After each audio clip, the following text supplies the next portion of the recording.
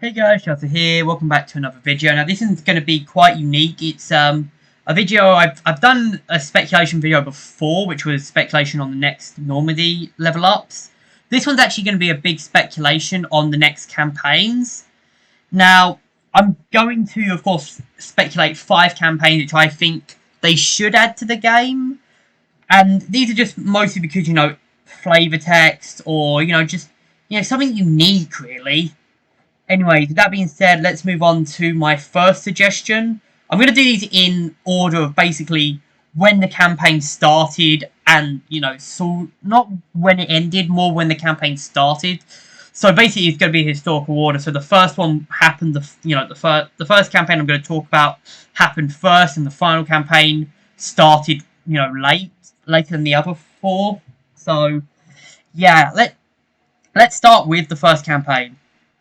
Now, the first campaign I'm going to be suggesting is actually a pretty cool one. It's one which I don't think gets much attention, but it's the Second Sino-Japanese War. Now, I know people have been begging for the Second Sino-Japanese War for a long time, and I think the Second Sino-Japanese War can work in 2 scenarios. Now, this is probably going to break the rule a little bit because, well, one of these scenarios is 1943, and most of my campaigns were between, started around 40 to 42, and of course Ichigo, which is one of the campaigns, which I'll probably say would be a good focus for the Sino-Japanese conflict, was of course 43, but I'm going to justify it on the reason that, well, Ichigo was, the big event, and it wasn't the only event in the campaign.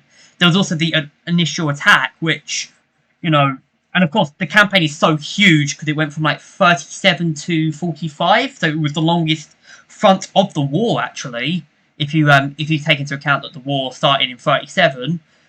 But that being said, I think if they do this, it's going to be either the early campaign, like I said, with which is going to be basically some of the weapons from Moscow. So it's going to be the Gavir 1888. But it's also going to be the Arasaka. I know there's a premium squad here, which is the Arasaka Carbine. So it's going to be those. It's going to be really, early war stuff. Early war Japanese rifles versus, early war Chinese rifles. So Type 14s, I believe, were the rifles the Japanese used and the Chinese used. The Japanese used the Type 99s. Yeah, I think the could be an interesting campaign, and yeah, Ichigo would probably, would be more technological advancements, but it's going to be similar gameplay, I think, to, because the Japanese didn't have a semi-auto rifle, Chinese didn't have a semi-auto rifle, so it's going to be unique gameplay, similar to Moscow, but without the semi-autos in the late game. Anyways, with that being said, let's move on to the second campaign, which is a little bit later in the time period. The second campaign is quite, it's going to be quite similar. It's going to be mostly bolt actions, but this one's going to be a different flavour text. It's actually going to be the Polish campaign, the Battle of Poland. This can be split into 2 ways. One way is it's going to be Polish versus German, and the other way is going to be Soviets versus Polish. Now, in my opinion, either can work, but I'm probably going to put my money on if they do add the Polish campaign, then it is going to be Germans versus the Polish. Now, the Polish will definitely be armed with their weapons. I think some of them are in Moscow. I have to check. Mate, I think the VZ-24 is a Polish rifle. I'm not too sure, but I do know there is a Polish weapon in the Axis arsenal, which is, of course, the Polish BAR squad. Now, for the Germans, it's going to be quite similar to Moscow, their loadouts. There's going to be a lot of AT rifles as well, with obviously both sides having lots amount of AT rifles. Obviously, the Polish had that famous cavalry charge where they just charged the German panzers with AT rifles, which basically put a hole straight through a Panzer II, because the obviously the tanks as well. The tanks, the Germans are going to be mostly using Panzer Is, Panzer IIs, maybe the occasional Panzer III, and the really, really early Panzer IVs. But the Polish, they're going to be using the, some tankettes, some brought tanks from, like, I think the FT-17s and stuff like that, but they're also going to be using the 70B, which was the Polish main tank of the war, which was a pretty strong tank actually for the early war. Yeah, I think this is a unique one. Obviously, Battle of Poland obviously is not really covered too much actually, and it really could be quite interesting. And in my opinion, it will be a very cool campaign and one of the best in the game. Anyways, that being said, I'm going to move on to the third choice. My third pick for the campaign. My third campaign I think that I want to add to the game. It's going to be another early war one, so let's go. So the third early war is going to be the Battle of France, the 1940 Battle of France, you know, for the evacuation at Dunkirk and stuff like that. I think this will be a very, very good campaign. It's going to be, again, everyone knows what the evacuation of Dunkirk is. It's going to be basically Tunisia, but really early on. So, it's going to be the early Germans, so the Moscow Germans, versus the even earlier Tunisia. So, if you look at the Tunisia upgrade, yeah, Tunisia rifles, you know, they're going to be the number 4s, the number 3s, maybe this one as a starting rifle. None of this crap. And, you know, obviously, of course, there are going to be maybe Lancasters, maybe occasional... You might see the odd Thompson every now and again, but obviously going to be Brens and Boyd AT rifles and the Vickers. Whereas with the Germans, it's going to be, you know, Moscow tech, basically. So, you know, MP28, MP35s, MP34s and stuff like that, you know.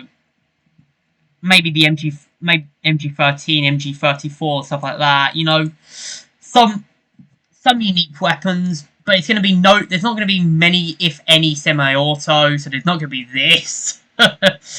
You know, it's going to be Kar 98Ks, pre-war Kar 98Ks, all of that, you know, stuff. And there's not going to be, you know, STGs. There's not going to be FG42s. Not going to be M1 Garans and stuff like that. There's going to be like Mazis and stuff. So there's going to be some, you know, it's going to be the British and French weapons versus the Germans.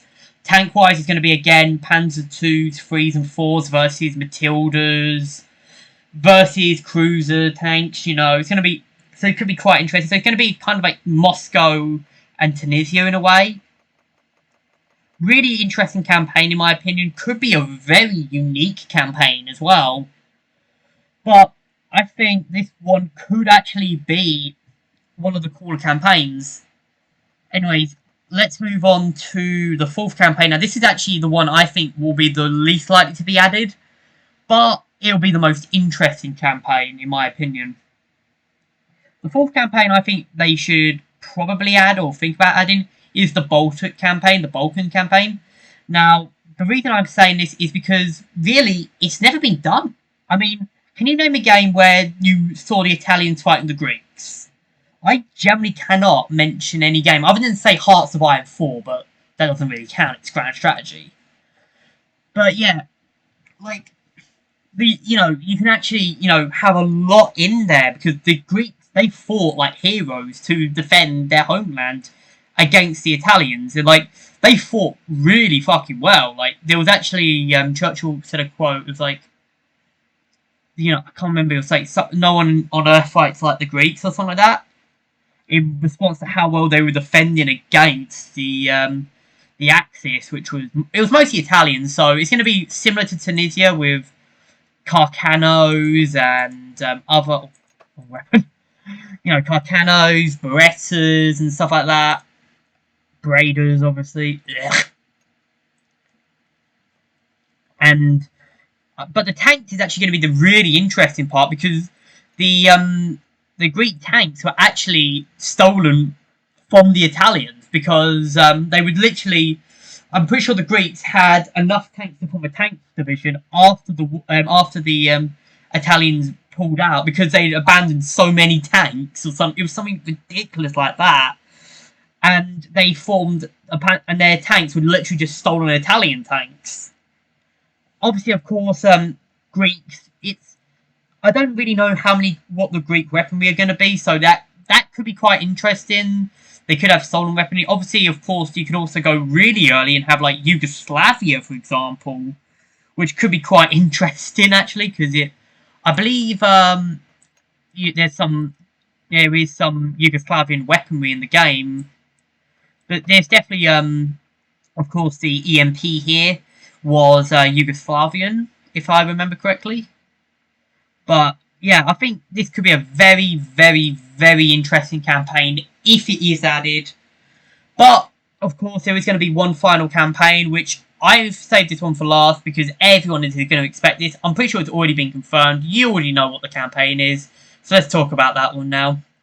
For number 5, everyone knows it's going to be the Pacific. Now, everyone knows what the Pacific is, and everyone knows, of course, it's going to be M1 Thompsons. You know, it's going to be the Americans. They're going to get the Thompsons, the BARs, their carbines, their Grands, you name it, their flamethrowers.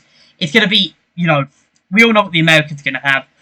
And obviously, of course, you know, the UR Marines. And it's going to be a very different, you know, tactical feel, I think, to the other campaigns, because the Japanese are going to be, of course, the other faction, and the Japanese are probably going to play a lot differently to any other faction, because they're not going to have any semi-auto rifles, unless they, of course, use the experimental weapons that the Japanese had.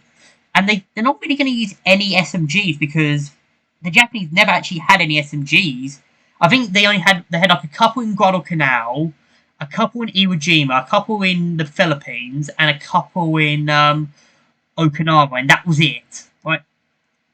And obviously, of course, the Pacific, you know, such a huge conflict.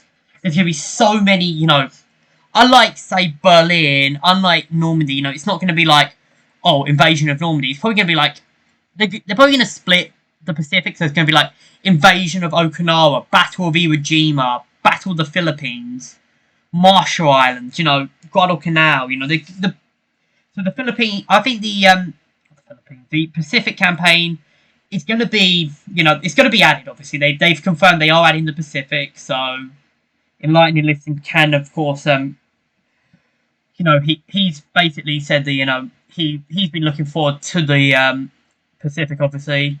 I'm looking forward to Pacific. I really, you know, I've seen quite a few of the Pacific. I've actually read a few books for Marines, like Helmet for My Pillow and With the Old Breed. Really good books. I've seen the Pacific mini-series, which is a must-watch. I recommend it. You know, and stuff like, of course, Hacksaw Ridge and stuff like this. I know a lot about, you know, many of the different, you know, war heroes of the Pacific. And, you know, this is going to be a lot. I think, you know, it's going to be a really expansive campaign because there was so much with the campaign. Anyways, with that being said, I'm going to end the video here. Those are the suggestions I've got for the different campaigns. Hope you guys enjoyed the video. Like, comment, subscribe, and leave some suggestions on other campaigns I might have missed. I am going to actually do a video on campaigns which I didn't have, you know, which I don't think should be added. So we've got that to look forward to. I'm probably going to upload that tomorrow after this video gets released. Anyways, hope you guys enjoyed the video, and I'll see you guys in the next one.